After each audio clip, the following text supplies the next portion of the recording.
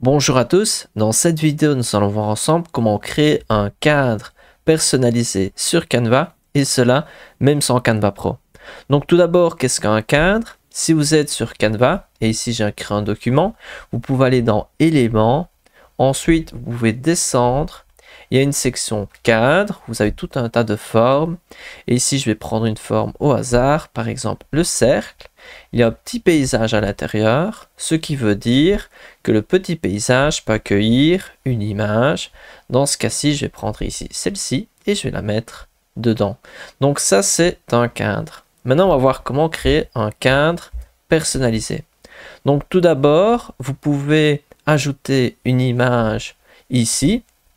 Moi, je vais aller sur Importer et je vais rechercher une image avec ma propre tête, par exemple celle-là. Et je vais la placer ici, par exemple, comme ceci. Allez, comme ceci. Voilà. Donc là, j'ai une image et je vais enlever l'arrière-plan. Donc là, moi, je vais utiliser effacer l'arrière-plan.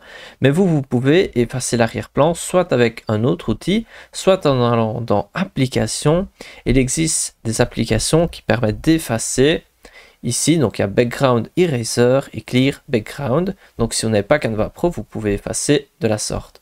Lorsque vous avez comme ceci votre image qui est prête, vous allez pouvoir cliquer sur Partager, Télécharger et ensuite je vais décider de télécharger au format PNG et comme j'ai Canva Pro, je vais mettre arrière-plan transparent et je vais choisir la page 3, terminer, télécharger. Donc maintenant, quelques secondes d'attente.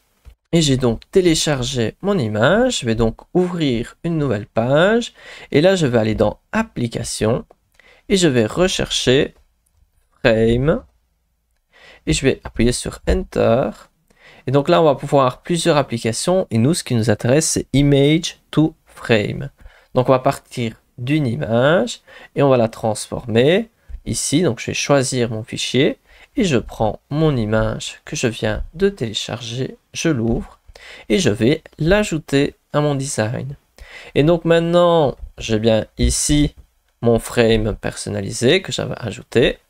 Donc on peut le voir ici. Et maintenant, qu'est-ce que je vais faire? Je vais pouvoir ajouter, imaginons, je vais dans éléments et je vais rechercher peut-être, je vais aller dans photo et je pourrais décider d'ajouter peut-être de la neige. Hop. Et je vais pouvoir ajouter peut-être, imaginons, ceci, hop, à l'intérieur de ma tête.